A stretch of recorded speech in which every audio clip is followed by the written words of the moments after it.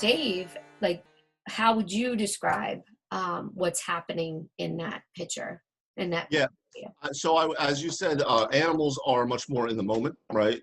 Mainly because I think in the end, even structurally, they're, they don't have the blessing or the curse of the big brain and all the cognitive stuff that we like to overlay all of the things that happen. But when you were just describing it there, I wouldn't go as far with that, because these things that we're seeing, especially with the bear and with trauma, are not on any level of a conscious awareness. So it's not even I'm doing something and I get stopped.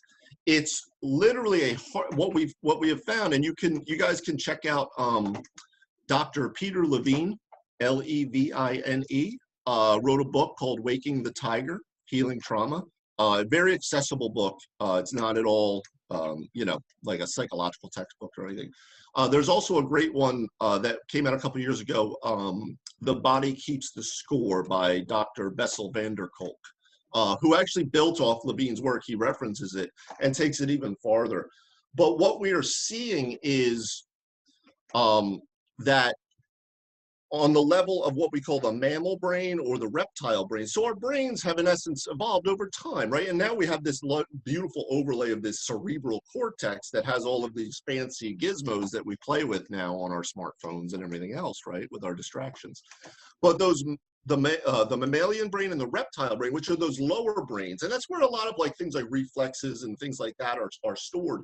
It's on that level, and that is not a level that we have necessarily conscious activation of. So what you're seeing with the bear and with trauma, and what's good that we're now starting to talk about what we call trauma-informed care, meaning that an understanding of the effects of trauma, not just, oh, well, get over it, walk it off, but the true structural and the physical changes, the actual changes in the structure of the brain from trauma, and how that then affects everything else going forward from there.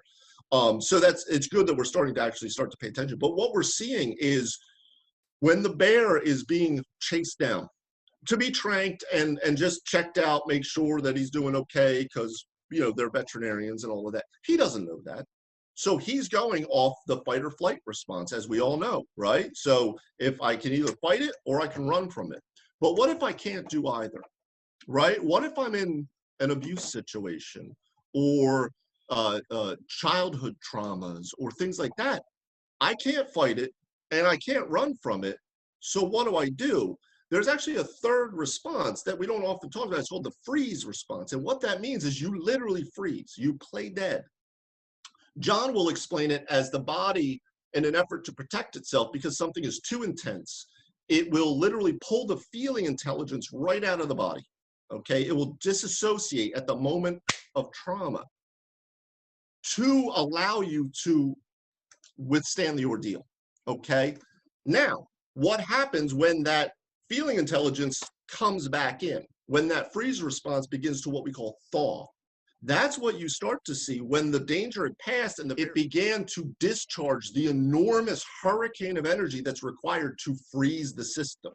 Right? So Dr. Levine will give the idea on the savannah of a gazelle drinking at a stream, and all of a sudden a cheetah comes and this gazelle takes off. But the cheetah is much faster and overtakes it. At that moment, the gazelle is going at full blast and is stopped dead. And literally has to play dead. Now, hopefully, it survives, but even if it's not, the feeling intelligence is out here, so it can withstand that intense pain that it's going under. But so similar to checking out, when you check out. Checking out is all of those phrases that we use are very real things. So that feeling intelligence out here, when it finally can come back in, we see the resolution of that. And that's where you see, as Bonnie was explaining, the bear is going through those motions of resolving that episode. Okay, John will explain it. It's like the movie of your life is going by, the frames, and all of a sudden when trauma happens, we cut out one of the frames, and now it makes no sense, right? Because there's no middle part now. And that, what we see even in brains, like I said with van der Kolk's work, the brains themselves, they can't process it, because a traumatic incident, if you're talking to a therapist or something about it, it makes no sense. It's jumbled. There's no beginning, middle, and end. And therefore, the body is constantly replaying that. And what we see is that restriction beginning to set in. So there's the physical response from trauma. Something hits you, blunt force trauma, you're going to tighten up around it. But you're going to keep tightened up around it so that that fist is not constantly hitting you. The truck that you saw coming in your rear view is not constantly blasting into you. Your body is stuck, very much frozen, as we call it in MFR, in that moment in time. And your subconscious is going to do everything possible to stop you from going into that thing that represents fear, pain, trauma, all of it. You do not want to go into those dark corners. So in the therapeutic environment, when you trust the therapist and you trust yourself, more specifically, to what we call let go or let the brakes off, the body will begin to spontaneously go into some of that. At times, it doesn't have to be as volatile as the bear was. It can be. But those frozen areas begin to thaw and melt, and that stuff comes up to the conscious surface.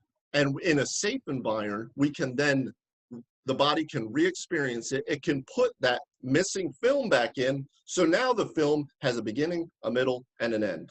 And then just like a memory, oh yeah, that time, it makes sense. And that's why we don't respond to memories the same way we do to traumatic events in the past.